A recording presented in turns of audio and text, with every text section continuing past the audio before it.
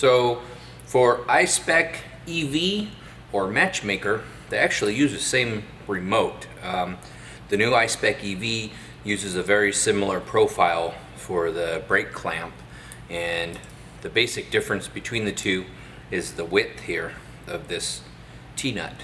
And so what we've done is we've designed a Tnut that will fit both the SRAM and the Shimano brake, and so you can use that same remote part. So the first step is to go ahead and unthread this Tnut.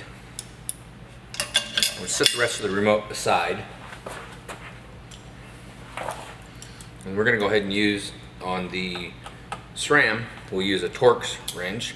On the Shimano, they use an Allen key. So we'll go ahead and unscrew the clamp. It's kind of a clamshell design. So just let the brake carefully hang down.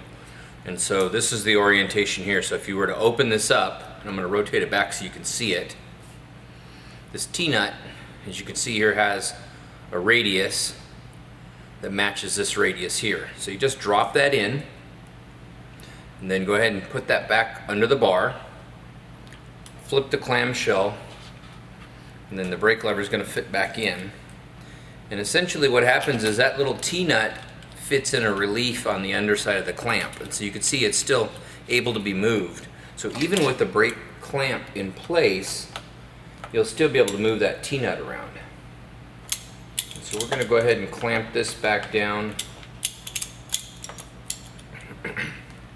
Depending on which spec brake you have, the torque might be a little different from manufacturer to manufacturer between Shimano and SRAM, and may also be different by model. So it's a good idea to check on your clamp or in your paperwork for your brake, find out what they recommend.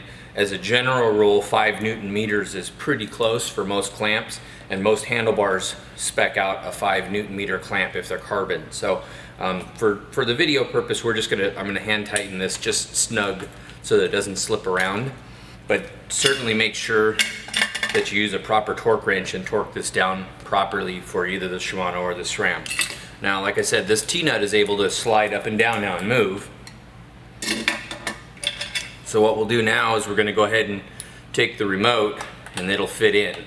Before we do that, I kind of find that it's easier to install our remote cable if we're going to route it in the kind of traditional routing. It's certainly a lot easier to do it before you put it on the clamp. It's just easier to see the hole where you've got to line things up. Now, traditional routing, there's a counterbore inside here, and when the cable goes inside, it fits in there nicely, tucks in, and you're able to route this, and then this other end without the fixed end will actually end up going into the seat post.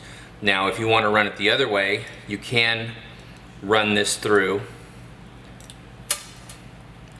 You put through the hole here.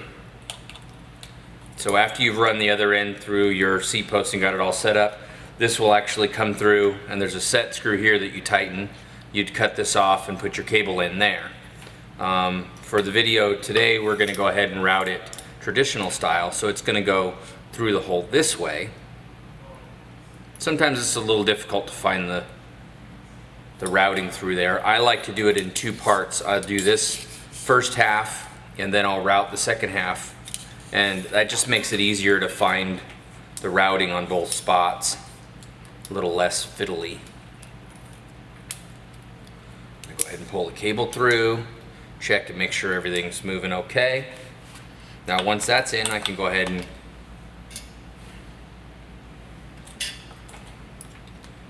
find it's a little easier to put this screw on the end of your Allen, put it through the bottom of the remote so it sits in the counterbore, and then line this up and thread it.